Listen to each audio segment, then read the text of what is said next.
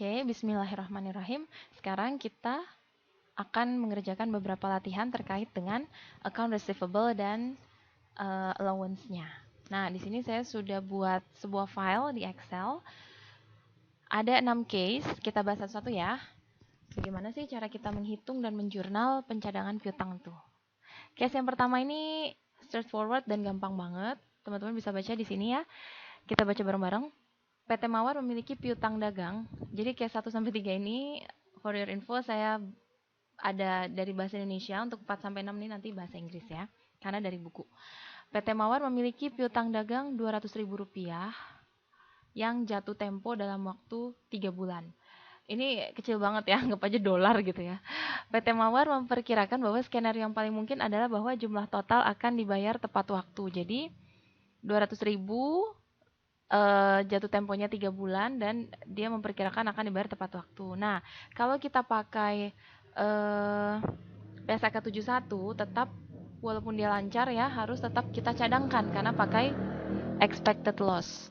PT Mawar mengestimasi bahwa terdapat 2% kemungkinan bahwa debitur sama sekali tidak membayar dan 98% bahwa jumlah total akan dibayar pada saat jatuh tempo. Jadi, dia memperkirakan 2% aja tuh yang sama sekali tidak dibayar. Kemungkinannya 98% pasti dibayar. Nah, kemudian gimana cara ngitung expected loss-nya? PT Mawar mengukur kerugian ekspektasian, bahasa Indonesianya ya, dari expected loss sebesar 2% dari jumlah kekurangan kas sebesar 200.000. Karena piutang jangka pendek tidak memiliki tingkat bunga kontraktual, hal ini menyeratkan bahwa suku bunga efektif atau effective interest rate ya, EIR, adalah 0 dan pendiskontoan umumnya tidak diperlukan. Maksudnya apa sih?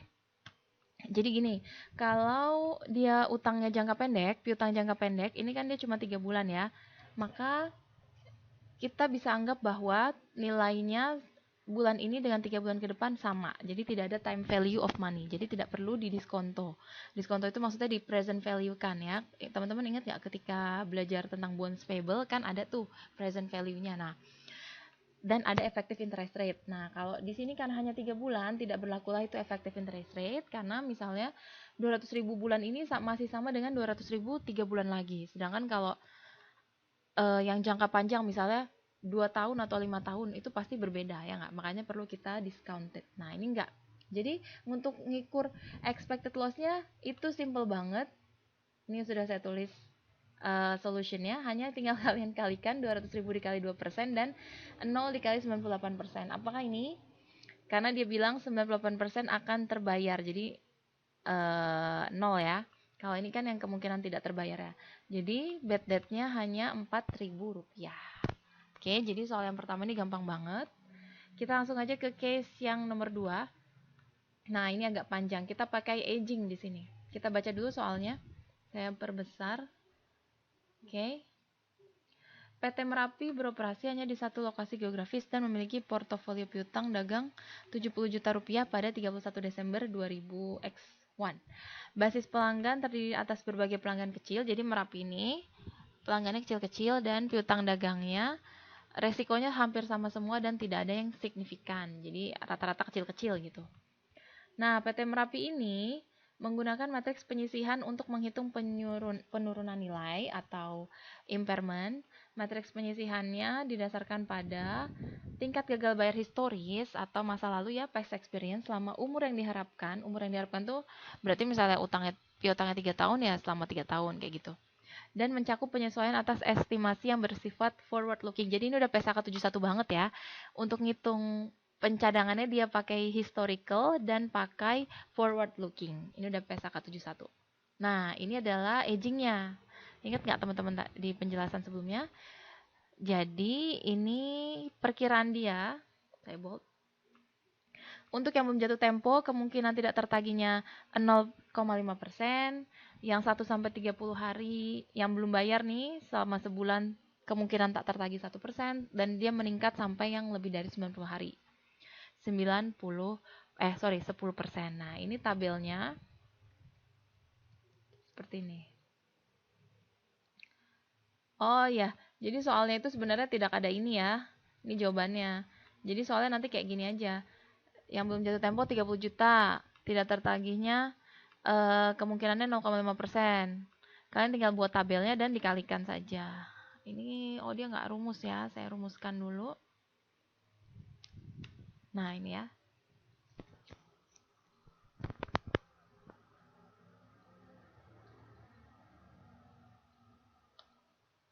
Oke.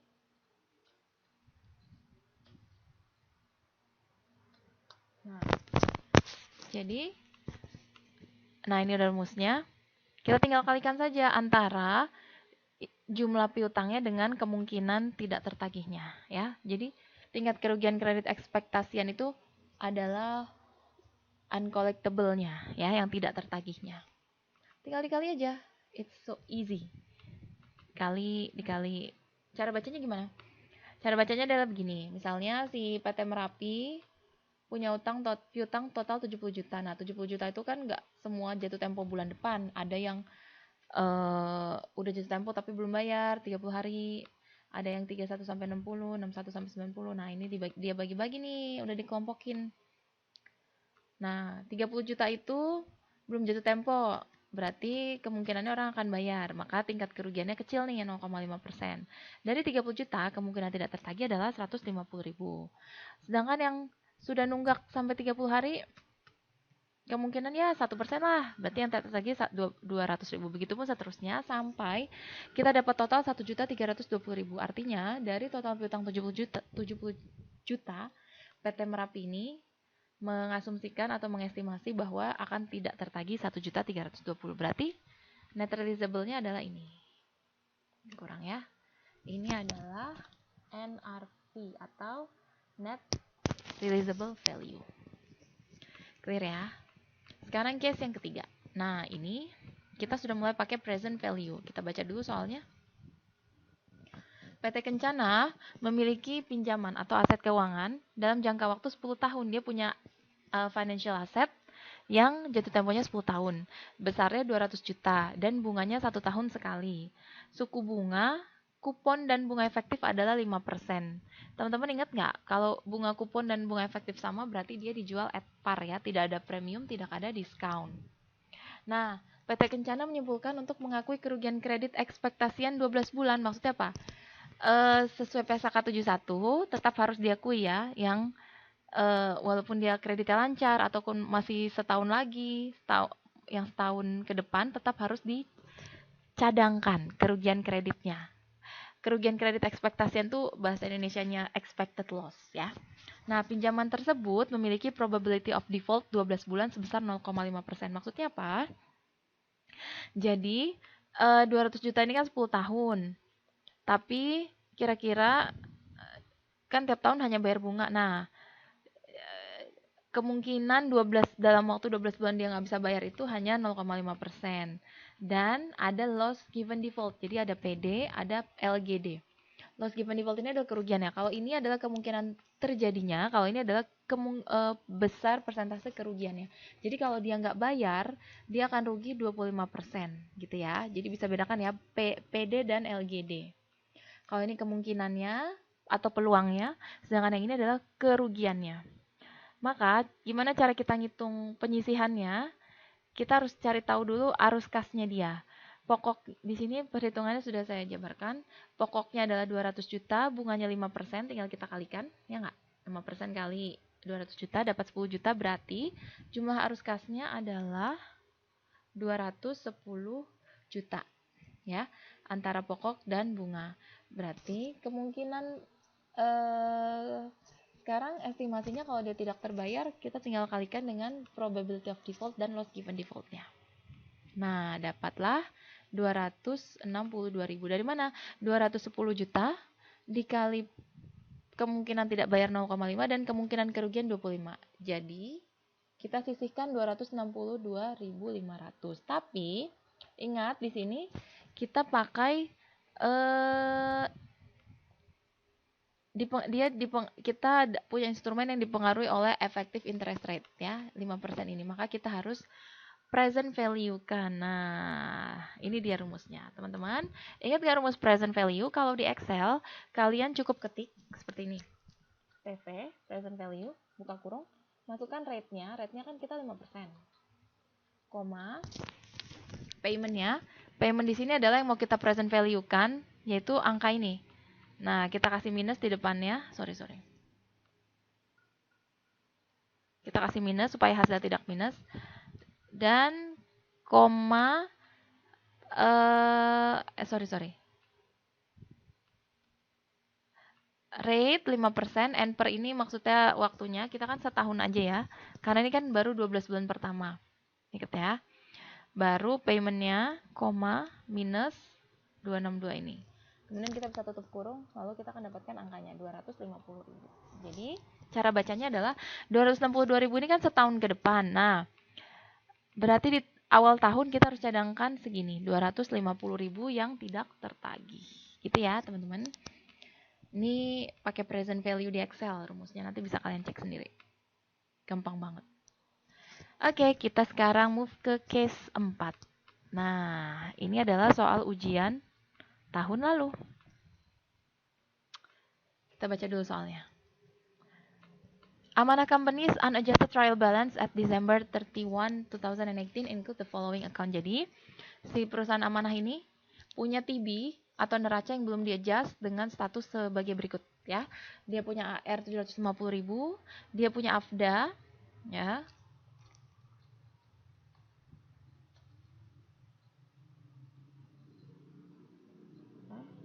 Oke. Dia punya AFDA 20.500, dia punya sales 1.280.000, sales discount 30.000, dan sales return 15.000. Ini debit kredit maksudnya saldo normal ya. Teman-teman ingat nggak? AR itu kan aset, saldo normal di debit. AFDA itu kontra account-nya, jadi di kredit karena dia mengurangi ya. Cadangan piutang tak tertagih itu kan mengurangi, jadi dia di kredit. Sedangkan sales discount, and sales return ini semuanya di kredit ya. Oke. Amanah Company estimate seharusnya sales discount and return ini di debit ya teman-teman ya. Ya nggak sih? Kita pindahin dulu. Nah, Amanah Company mengestimasi bad debt expense 5% dari gross account receivable. Berarti dia pakai metode yang kedua ya. Tadi teman-teman ingat, metode untuk menghitung piutang tak tertagih itu ada dua, dari sales dan dari AR. Nah, di sini Amanah pakai yang dari AR. Berarti kita tinggal kalikan AR-nya dengan 5% ini, ya nggak? Dan dia dari gross. Kalau gross dari AR kotornya. Berarti cukup 5% dikali 750.000. Pertanyaannya, tentukanlah bad debt expense-nya untuk 2018. Apakah ini hasilnya 37.500? Ya, ternyata bukan ya. BDE-nya adalah, teman-teman ingat, ketika kita pakai metode AR, kita harus pertimbangkan si AFDA-nya ini, beginning AFDA-nya ya. Karena kita punya saldo awal, jadi harus dikurangin. Berarti BDE-nya adalah ending dikurang beginning, yaitu 37.500 yang ini yang sudah kita hitung, dikurang saldo awalnya 20.500, dapatlah 17.000. Oke. Nah, ini adalah T account-nya. Jadi AFDA itu kan beginningnya 20.500, kita sudah punya. Kemudian kita dapat ending 3.500 dari sini, ya. Jadi teman-teman harus ingat, kalau kita pakai AR, metode AR, maka persentasenya itu akan menjadi ending, bukan menjadi expense di tahun berjalan. Jadi 37.500 ini will goes to here, akan menjadi ending, ya.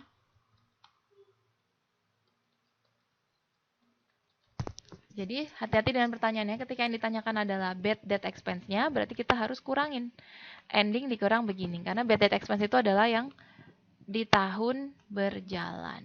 Oke, semoga nggak bingung ya. Nanti kalau bingung, cek lagi ke slide-nya.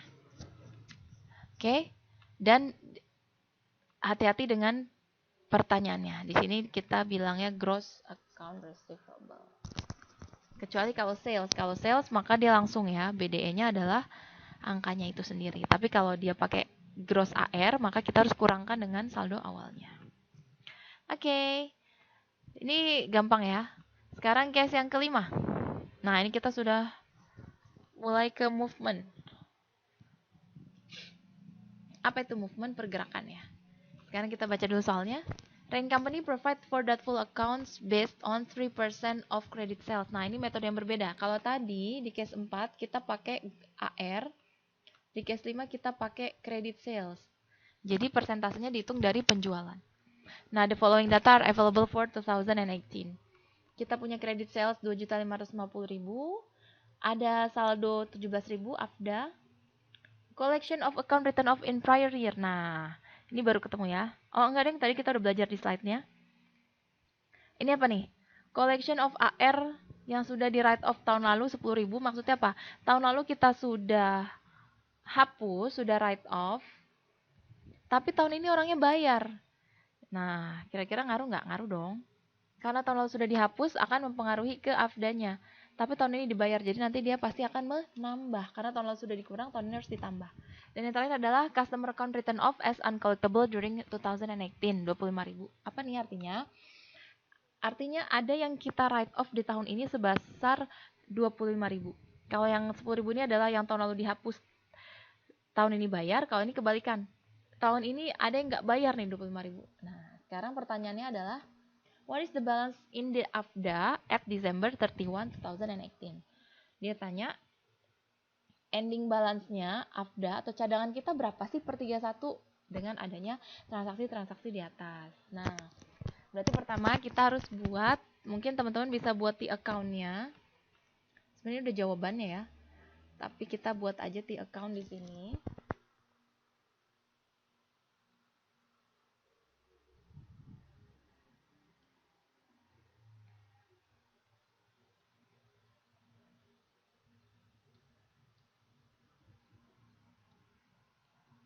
Oke.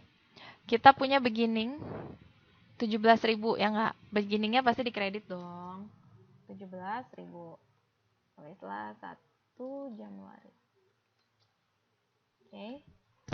Kemudian setelah dapat beginning kita tambah di tahun berjalan. Di tahun berjalan kita mencadangkan 3% dari penjualan. Di sini sudah saya hitungkan.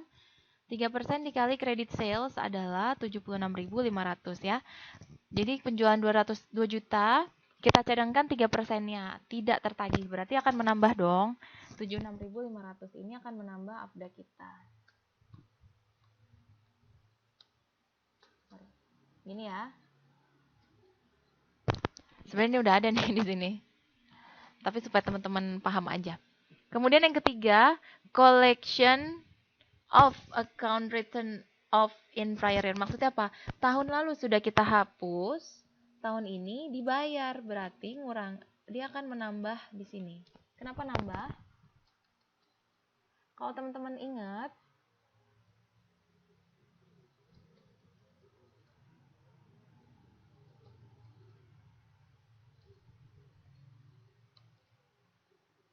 oke. Kalau teman-teman ingat di slide tadi ada ya, ketika kita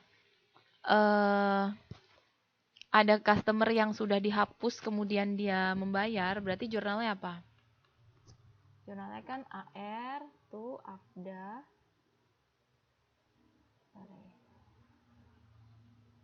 AR to AFDA dan cash to AR. Ya enggak? Berarti AFDA-nya akan bertambah di kredit. Anggaplah dia 10.000. Ya. Oke. It's supposed to be here.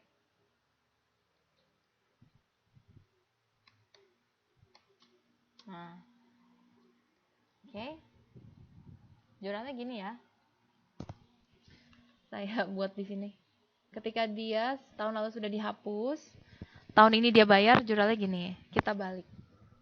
AR-nya dia kita munculkan lagi karena tahun lalu sudah dihapus. AFDA-nya kita munculkan lagi. Jadi nambah 10.000 di sini. Kemudian ada collection of account written off. Yang keempat, customer account written off. Nah, tahun ini ada yang kita hapus piutangnya. Penghapusan piutang jurnalnya adalah AFDA to AR. Ini ya, sebesar 25.000.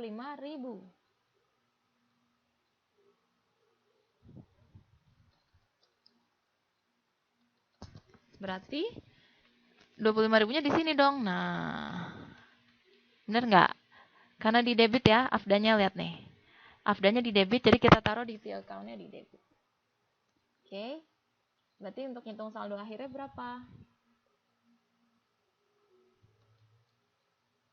Saldo akhirnya adalah yang di kredit dikurang yang di debit. Dapatlah kita 78.500. Ya. Inilah jawaban atas pertanyaannya. What is the balance in the AFDA at December 2018? Berapa endingnya? 78.500. Yang tadinya di awal tahun hanya 17.000, ternyata sepanjang tahun ada transaksi apa saja? Ada penambahan 76.500, ada yang di write off, ada yang dihapus, dan ada yang bayar. Maka sisanya tinggal 78.500. Oke ya, sekarang kita bergerak ke case terakhir. Ini agak panjang tapi nggak susah sebenarnya. Boleh dibaca dulu. Jadi ceritanya ini kita pakai aging ya. Si Monster Inc. ini punya piutang totalnya $1.900.000. Nah, dia sudah kelompokkan nih, $1.900.000 itu ada yang jatuh tempo kurang dari 16 hari, ada yang sudah outstanding sampai 30 hari, ada yang sampai 45, 60, dan seterusnya. Dan dia sudah tentukan juga kemungkinan tidak tertagihnya, ya. Kita bisa lihat di sini dari 5% sampai dengan 100%. Artinya apa? 100% ini artinya kalau sudah lebih dari 75 hari, dia bilang bahwa kayaknya nggak mungkin ketagih deh, gitu ya. Berarti yang 10.000 ini akan di write off. Di sini ada kata-kata trade receivable more than 75 days has to be written off. Kalau piutangnya sudah 75 hari tidak dibayar oleh customer, maka Monster Inc. akan me-write off-nya, ya. Oke, sekarang pertanyaannya adalah how to adjust bad debt expense for year in, show it with journal. Jadi kita disuruh hitung BDE-nya dan adjustment-nya pakai jurnal. Dan yang kedua, bagaimana show how account receivable would be presented on statement of financial position. Bagaimana nanti presentasinya di neraca. Dan yang ketiga, panjang. Jika ada yang sudah di write off tahun lalu, $1.000 tapi dia bayar tahun ini. If collection of account written off in prior year is 1.000, what is the journal entry to record the transaction? Customer credit was re-established, maksudnya itu re-establish dia bayar ya. Tahun lalu kita sudah hapus, tahun ini dibayar. Seperti apa jurnalnya? Gampang ya, tadi kita udah belajar. Nah, satu dulu. Dan yang pertama, BDE-nya berapa? Kita tinggal hitung aja, sama kayak di case nomor 2 nih. Nah, kita tinggal hitung kayak gini. Jadi teman-teman bikin tabel, hitung antara jumlah piutang dengan kemungkinan tidak tertagihnya. Ini sudah dirumusin, semua dirumusin. Ya, ada rumusnya. Jadi dari 1.900.000 yang kemungkinan tidak tertagih adalah 173.000. Kenapa yang ini tidak dimasukkan? Karena sudah ada di soal bahwa yang lebih dari 75 hari harus di write off, bukan dicadangin lagi ya. Jadi beda. Dicadangkan dengan di write off itu beda. Kalau dicadangkan dia belum langsung dihapus ya. AR-nya, karena kan jurnal pencadangan BDE to AFDA. Kalau di write off jurnalnya AFDA to AR atau BDE to AR. Jadi dia tidak masuk di sini karena langsung di write off. Jadi ending AFDA-nya 173 dan pertanyaannya adalah BDE-nya berapa? Apakah 173? Bukan ya. Kalau kita pakai metode AR, maka ini menjadi ending. Berarti BDE-nya adalah kita harus kurang dengan saldo awalnya. Saldo awal berapa? Di soal disebutin nggak? Saldo awalnya 25.000 ya. AFDA punya kredit balance 25.000. Berarti kita tinggal kurangin 173 dikurang 25.000. Tapi jangan lupa kita punya write off. Nah, jadi perlu bikin kayak gini ya teman-teman. Beginning 25. Adjustment adalah yang ditanya. Write off-nya 10.000, write off mengurangi dan ending 173. Berarti berapakah adjustment-nya? Adjustment-nya adalah ini. Silakan diperhatikan. 173.000 dikurang 25 ditambah 10.000. Karena ada write off ya.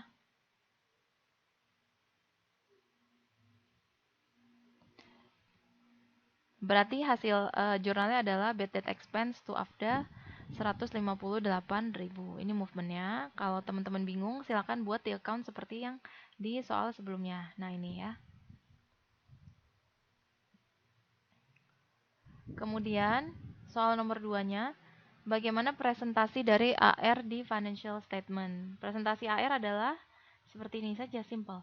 AR dikurangi yang sudah di write off tentunya ya, 1.900.000 tadi kan. AR kita kan 1.900.000, tapi sudah ada yang di write off 10.000, maka harus dikurang dulu. Dapatlah 1.890.000 dan dikurang AFDA-nya 173.000 dapat dari sini. Dapatlah net account receivable 1.717.000 rupiah. Dolar deng, dolar ya, dolar. Kemudian yang C, jika yang tahun lalu 1.000 sudah dihapus, tahun ini dia bayar, gimana jurnalnya? Sama ya. Jurnalnya adalah AR to AFDA dan cash to AR. Karena jurnal penghapusannya seperti ini.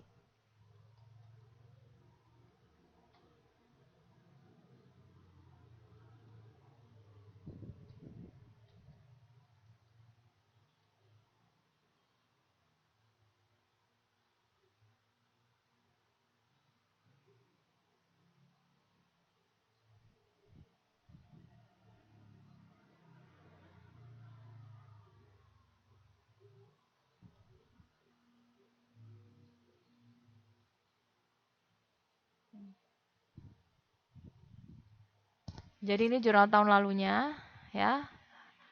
Ini duluan. Kemudian tahun ini dia bayar, berarti kita harus balik ini kan, kita nolin ini. Tadinya AFDA di debit jadi di kredit, AR di kredit jadi di debit. Kemudian cashnya. Gampang ya. Oke. Sekian untuk case terkait account receivable. Jika ada pertanyaan silakan tanyakan di grup. Terima kasih. Assalamualaikum warahmatullahi wabarakatuh.